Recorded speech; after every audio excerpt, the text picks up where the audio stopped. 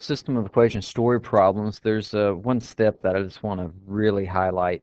When you do these, you have to go through and define what your variables are and literally write them out on your paper. Then you build two equations representing the story problem, and then you solve it just like you would in SOE. Usually you would use the elimination method or substitution method. So let's just go through and read this one, and then we're going to pick it apart, and we'll pick up speed on some other examples here. A class used vans and buses to go on a field trip. They used 8 vehicles to go on the trip. Each van holds 9 students, and each bus holds 25 students. If 152 students went on the trip, then how many of each type of vehicle did the class use? So you see right there that it's asking us for each type of vehicle, and previously in the problem, we see that it talked about using vans and buses. So let's just have V would equal the number of vans used,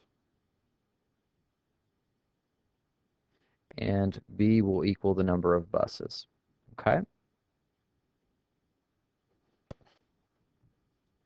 So we know what we need to find from this problem, but now we need to look at the problem and discover how to build two equations to represent this scenario.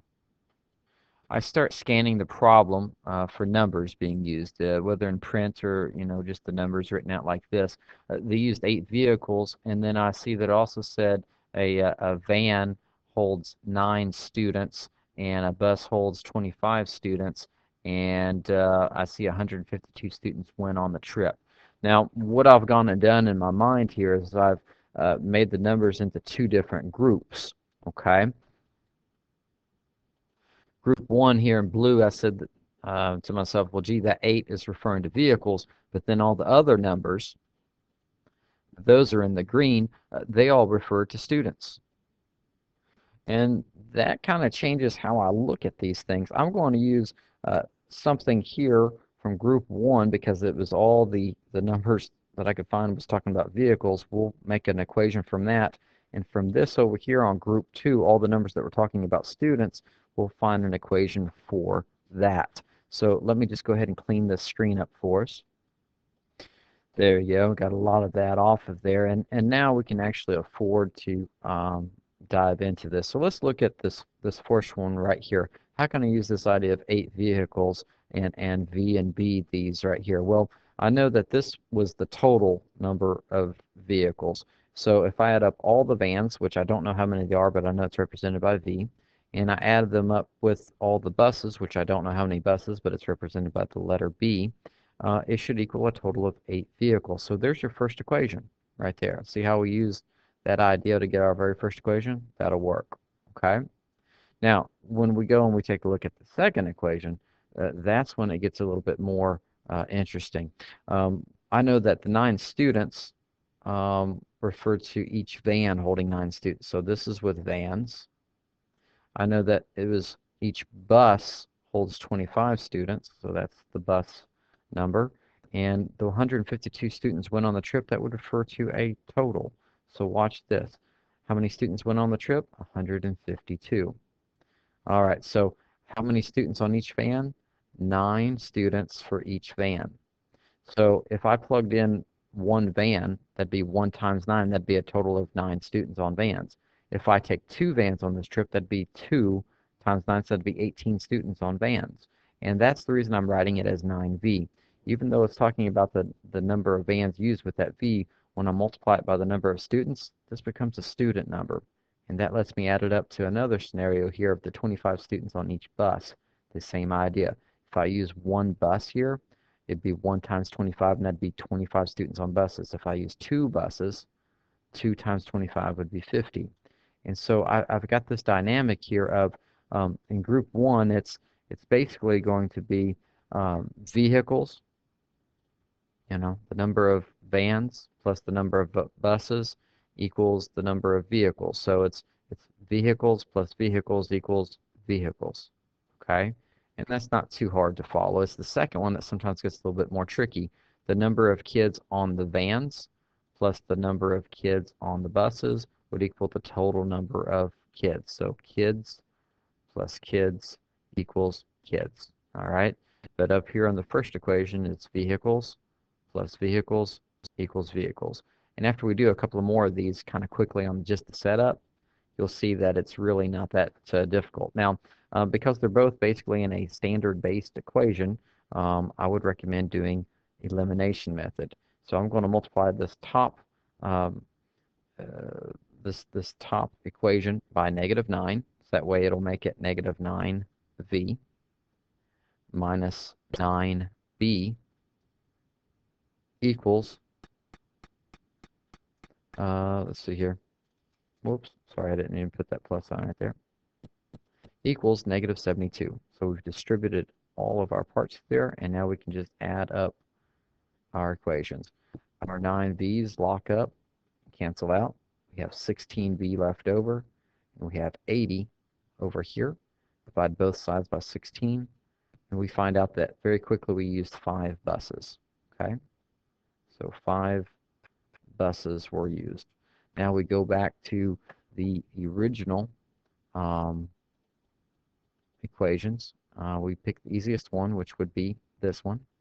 If this b is 5, 5 plus what equals 8? Well, it'd have to be 3. So it's 5 buses and 3 vans. And if you have a little bit of time, pause the video and plug in 3 for this v, plug in 5 for this b here, and go through and see after you multiply by the 9, multiply by the 25, and add those up if you get 152, and you should. But let's go on to another word problem quickly. We're just going to set this one up, okay? What they want is how many of each animal are there.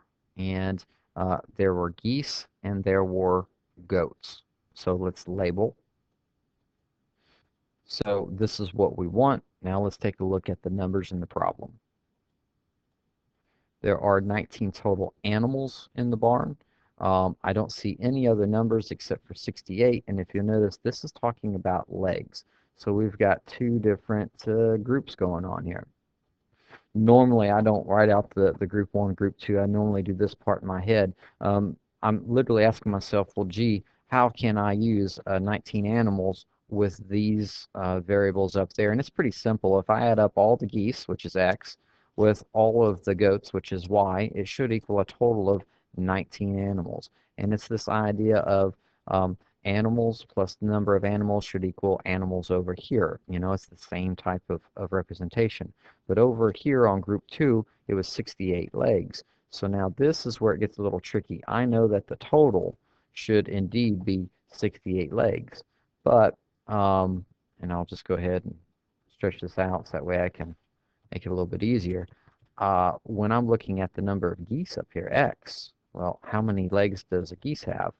Well, that'd be 2. So if I take 2 legs and times that by each geese that I have, or each goose that I have, that should get me the number of legs there.